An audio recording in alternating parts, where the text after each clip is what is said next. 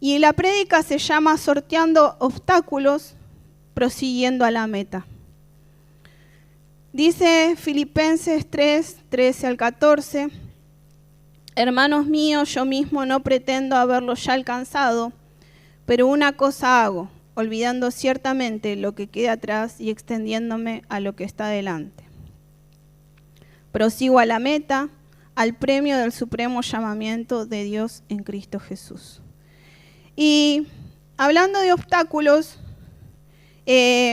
para ser más gráfico, pensaba en que todos alguna vez jugaron carrera de obstáculos, ¿no? A ver, levante la mano quien jugó carrera de obstáculos. La mayoría, ¿no? Bueno, algunas carreras de obstáculos, las personas van con los ojos vendados, tienen que pasar determinados obstáculos, otros van, ¿sí?, atados a los pies de algún compañero y tienen una meta para llegar. ¿Sí? Diferentes obstáculos puede haber, ¿sí?, pero siempre tratando de llegar a una meta. ¿Qué pasa a veces cuando estamos jugando a estas cosas, sobre todo en el grupo de jóvenes? Pasa que alguno siempre se enoja, ¿no? Sí, porque pierde y dice, no, ¿cómo puede ser que perdí, que no llegué a la meta? La culpa es tuya, ¿no? Le golpea al compañero. Y nos decepcionamos y medio que nos frustramos y decimos, ¿en qué fallamos? No estoy en estado físico. Bueno, pueden haber varias cosas. No tengo coordinación, etcétera, etcétera. Y lo mismo pasa en nuestra vida cristiana, que muchas veces tenemos obstáculos, ¿sí? Muchos obstáculos que nos impiden llegar a la meta. Pero también pasa que muchas veces no nos damos cuenta que están esos obstáculos allí, ¿no? Dice, y cuando esto sucede pareciera que nos desenfocamos de la meta, como si la vista se nos nublara y llega el desánimo y la incertidumbre. ¿Por qué? Porque ante determinados obstáculos nosotros nos paralizamos. Es como que nos quedamos así como diciendo, ¿y ahora qué hago? ¿Qué voy a hacer? ¿No? Y el primer obstáculo, voy a nombrarle 3 nada más, puede haber más, pero solo 3. El primer obstáculo es el miedo, ¿sí? Vamos a buscar Juan capítulo 14, 27, porque el miedo hace que nos detengamos. Y pensaba en muchos ejemplos hace un rato acerca del miedo. Pero hay que ver cómo actuamos ante el miedo, porque nos paraliza el miedo. A veces tenemos proyectos propios, cosas propias, y decimos, ¿y ahora qué hago? ¿Ahora cómo me muevo? ¿No? Y me quedo ahí. Y pasa el tiempo, y en vez de desafiar el miedo, en vez de desafiarlo, me conformo. Me quedo viviendo bajo ese miedo. Recordaba a una mujer que para mí fue un ejemplo.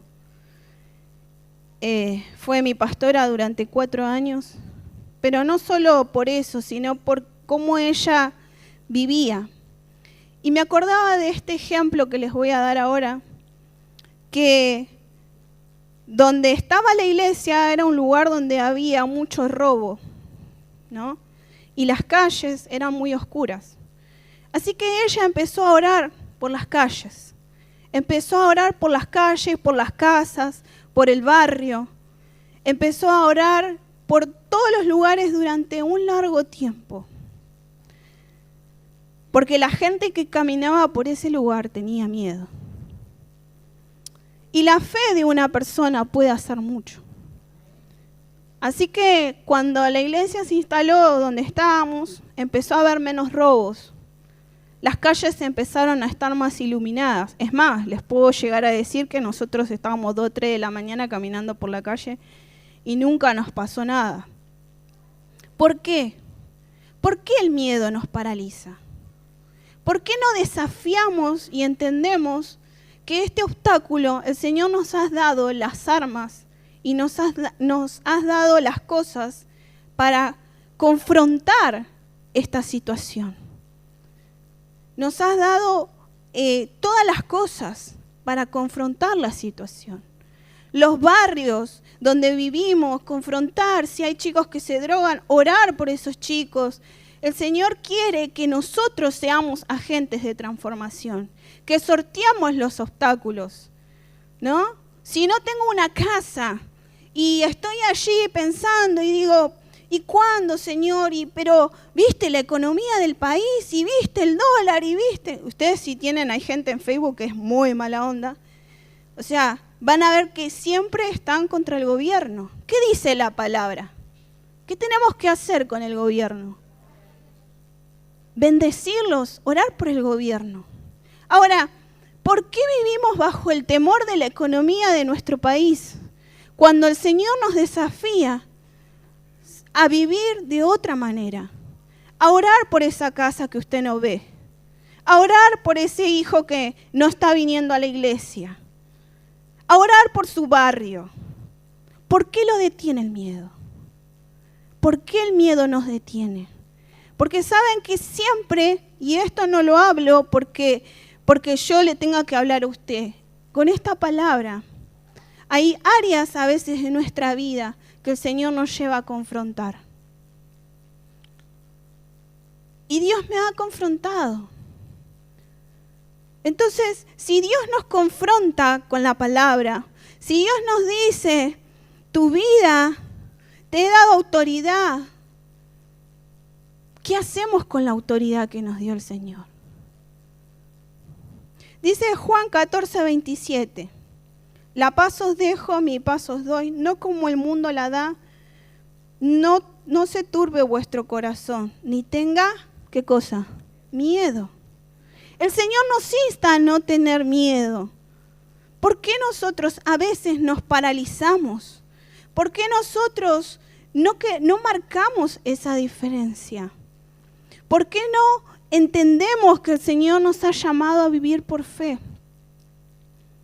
A vivir en esa fe que el otro día el pastor hablaba, en esa fe que habla la palabra de Dios, en esa fe que es probada. Pero si nosotros nos paralizamos, si nosotros nos detenemos, no estamos entendiendo que el Señor nos está llamando a caminar por fe. Debemos dejar que Él llene nuestras vidas, ¿sí? Entendiendo que el amor echa fuera el temor. Dice 1 Juan 4:18. En el amor no hay temor, sino que el perfecto amor echa fuera el temor, porque el temor lleva castigo, de donde el que teme no ha sido perfeccionado en el amor. ¿Quién es amor? Dios es amor. Y saben que a veces, y esto lo hablaba el otro día con la gente de Capacitación Destino, a veces no entendemos que somos hijos e hijas. Y no vivimos como tales.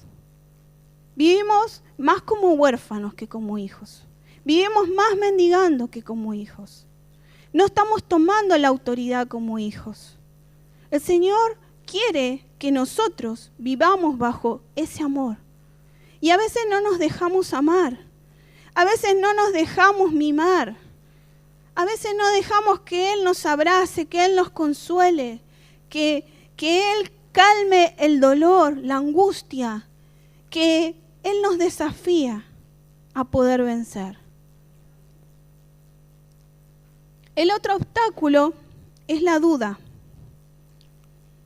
¿Sí? Y la duda es lo opuesto ¿a qué cosa? A la fe. ¿Sí? La duda es lo opuesto a la fe. Vamos a leer Santiago capítulo 1, versículos 6 y 7. Dice, pero pida con fe, no dudando nada, porque el que duda es semejante a la onda del mar, que es arrastrada por el viento y echada de una parte a otra. No piense, pues, quien tal haga que recibirá alguna cosa del Señor. A veces oramos y estamos dudando. La duda nos consume. A veces no entendemos cómo el Señor está forjando nuestra fe. A veces esa duda nos lleva a tener incertidumbre y no vivimos como tal. A veces el Señor nos ha llamado al ministerio, cualquiera sea. Ustedes saben que no hay nada que sea mejor o peor, porque el Señor nos necesita a todos y somos todos parte del cuerpo. Entonces, entendemos que cada uno tenemos una función. Pero a veces cuando el Señor nos da los dones, supongan que este es el don, ¿no? El regalo, bueno, lo recibo y el primer tiempo estoy contento y voy y sirvo al Señor. Sí, Señor, acá estoy, gloria a Dios, aleluya.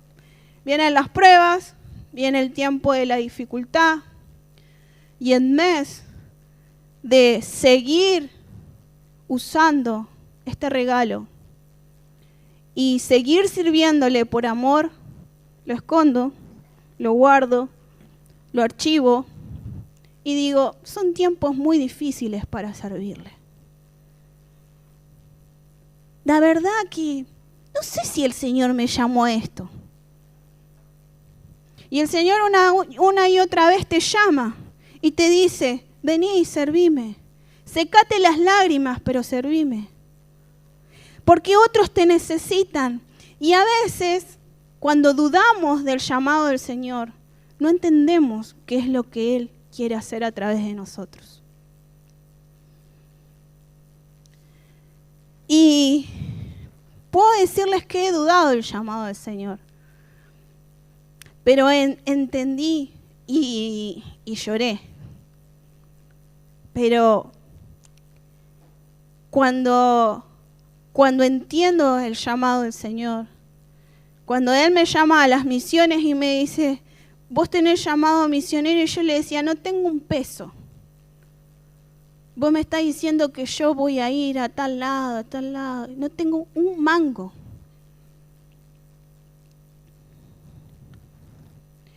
Y el Señor me hablaba y me decía tu llamado es acá. Y yo le decía, ¿vos estás seguro? ¿No te equivocaste? Y estaba la duda ahí. Y cuando el Señor trabaja en mí, entiendo y me despojo de la duda, porque empecé a caminar por fe. Empecé a entender que Él era el que hacía todo, que Él era el que me proveía, que Él era el que me dio el trabajo para poder solventarme los gastos. Porque yo le dije, tal cosa, vos haces tal cosa y yo te voy a servir y voy a ir y no importa qué pase. La duda se interpone y no recibimos porque a veces dudamos. A veces dudamos de lo que Él quiere hacer. Y en Hebreos capítulo 11, 1 y 2, dice, es pues la fe la certeza de lo que se espera y la convicción de lo que se ve. Es pues la fe la certeza de lo que se espera, convicción de lo que... lo copié mal. ¿Está ahí? Es pues la fe la certeza de lo que se espera y la convicción de lo que no se ve. Versículo 2. Porque por ella alcanzaron buen testimonio los antiguos. Y mientras volví a releer esto, pensaba y quería preguntarles, y no me contesten, pero pregúntenselo ustedes, ¿qué están esperando que el Señor haga? Porque dice que es lo que esperamos. Y hoy Ali hablaba de recibir el milagro. ¿Y qué estamos esperando? ¿Estamos esperando que el Señor nos dé una casa propia? ¿Estamos esperando poder servirle sin condiciones? ¿Estamos esperando que nuestros hijos vengan al culto? ¿Que nuestros padres, nuestros hermanos que no están en la iglesia lleguen a este lugar? ¿Estamos esperando que nuestra célula crezca? ¿Estamos esperando evangelizar a nuestros vecinos? ¿Qué estamos esperando? ¿Qué es lo que usted espera? Pídaselo en fe y el Señor se lo va a dar.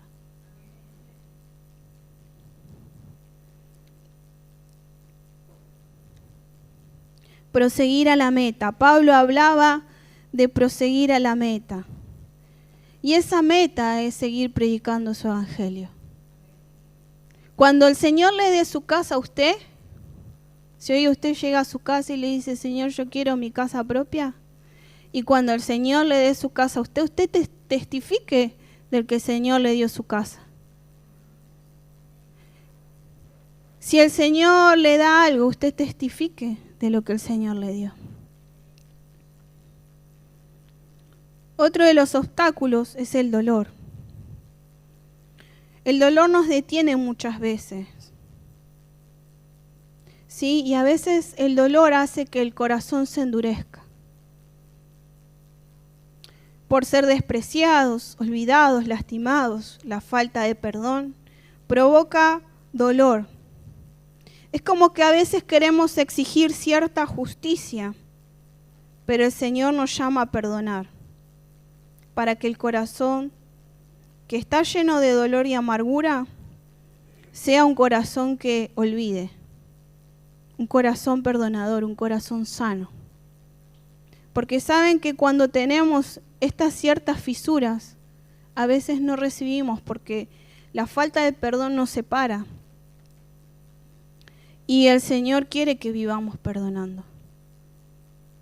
Ejercer el perdón, vivir bajo el perdón.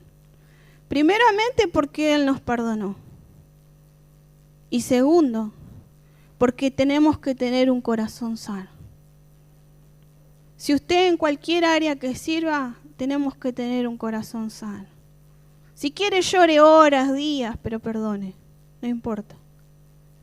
Porque el Señor Jesús dice en Salmos, David hablaba acerca de qué le pasó cuando él se cayó. Porque de día y de noche se agravó sobre mí tu mano y se volvió el verdor en sequedades de verano. Y mi pecado te declaré y no encubrí más mi iniquidad. A veces los huesos se envejecen, ¿no? A veces el verdor se vuelve sequedad. Pero nosotros tenemos que entender que este también es un obstáculo.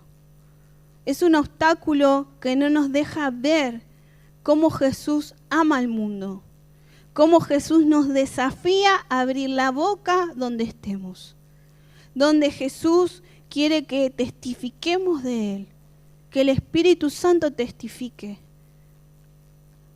acerca de Él. Más que Jesús nadie sufrió dolor. Recuerde la cruz. Nadie, ni nosotros. Desprecio, todo el mundo lo despreciaba.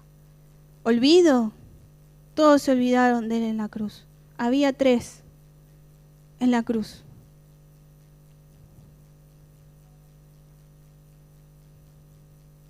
A los que había sanado, lo mandaron directamente a la cruz. Y tenemos que dejar que Él nos sane. Debemos dejar que Él nos moldee. Que entendamos que su amor nos perfecciona.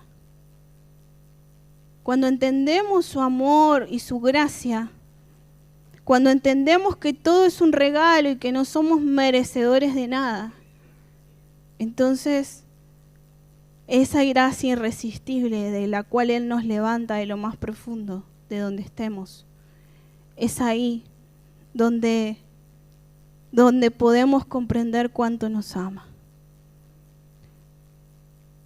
Pídale al Señor experimentar su gracia.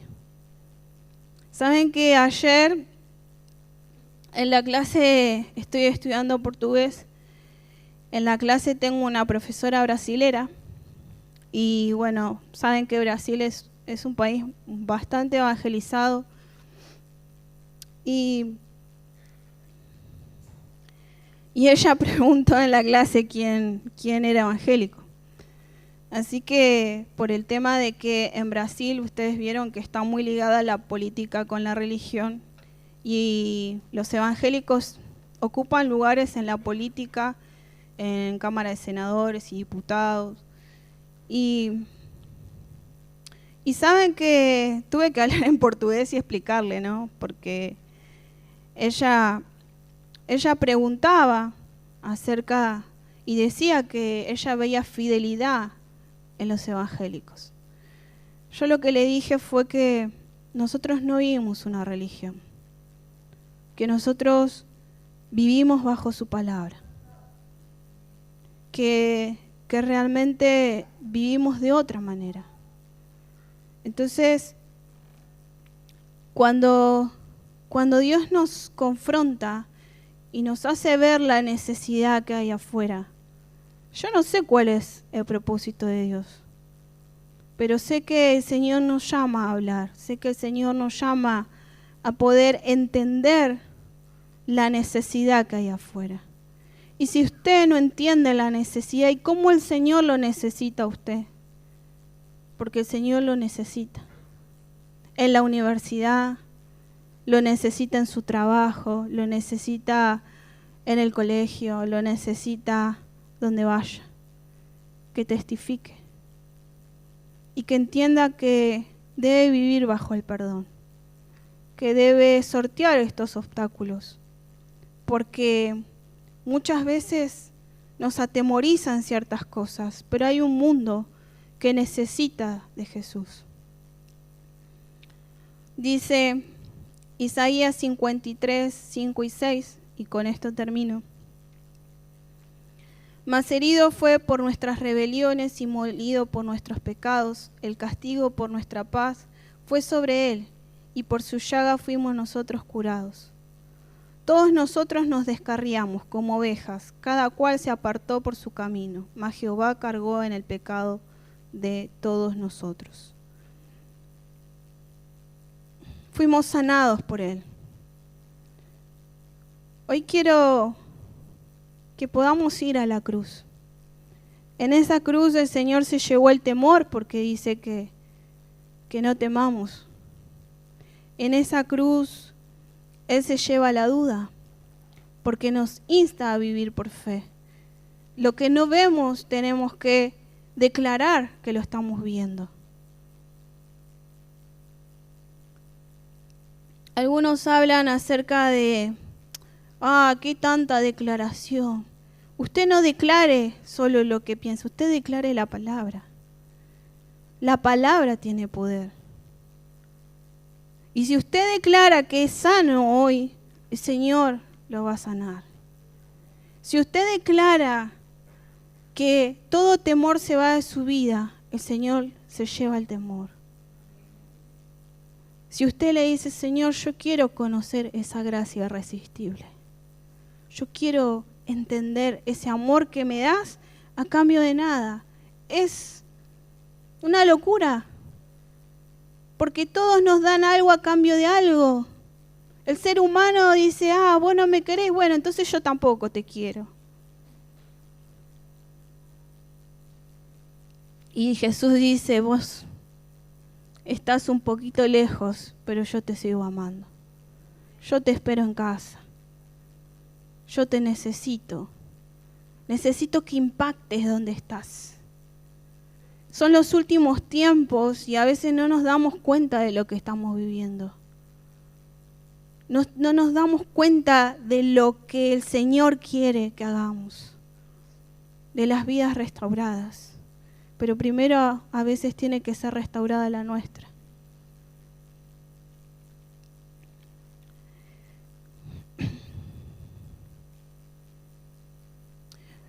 Crean sus promesas. Clame al Señor bajo toda circunstancia. La carrera hay que seguir. No se detenga. No le crea al enemigo. No crea sus mentiras. No se paralice por lo que el enemigo dice. Usted crea en la palabra de Dios. Usted declare su palabra. Usted viva su palabra. Y si le cuesta, dígale, Señor, me cuesta, pero yo quiero vivir bajo tu palabra. No quiero ser un cristiano tibio. No quiero ser un cristiano que no impacta en los demás. No quiero ser eso. Quiero que tu espíritu testifique. Dice que el mundo está esperando que la manifestación de los hijos de Dios. Y tiene que haber manifestación de los hijos de Dios. Tiene que haber una manifestación diferente. Algo que nos quiebre, que nos rompa. Algo que diga, acá estamos. No se canse de poder confiar en su Padre. Viva como hijo. No mendigue. Viva como hijo, viva como hija. Empiece a vivir como tal. ¿Usted quiere un trabajo? Usted pídale lo que usted quiere. Un trabajo de lunes a viernes para servirle al Señor. ¿Quiere que su negocio mejore? Pídale al Señor. Pero si usted no le pide, o si usted duda, y bueno, y el Señor decía, al final, ¿qué quiere? ¿Qué es lo que necesita? ¿Quiere un trabajo así o no lo quiere? ¿Está pensando en la economía del país o está pensando que yo soy padre y que soy el dueño de la plata y el oro? Desafíese. Empieza a desafiarse. Empiece a pedirle al Señor que rompa sus estructuras. Sírvale. Y una frase que me gustó hace mucho tiempo, que la encontré, dice, sé fuerte, no sabes a quién estás inspirando. Porque a veces pensamos que somos débiles, pero el Señor nos hace fuerte. En esa debilidad el Señor nos hace fuerte. Y poder pedirle a Él que si hay otros obstáculos, porque pueden haber muchos, usted hoy se los rinda a Él. Hoy se los rinda y pueda despojarse de esos obstáculos. Pero corra hacia la meta, porque el trabajo que usted tenga que hacer no lo va a hacer nadie. No va a venir otro y lo va a hacer igual que lo que tiene que hacer usted. No piense así, porque eso es una mentira. Es una mentira. Es como decir y desechar lo que el Señor le dio. Apasionese por Jesús. Ámelo. Vívalo. Desafíese. Crea en su sanidad. Que nada lo detenga.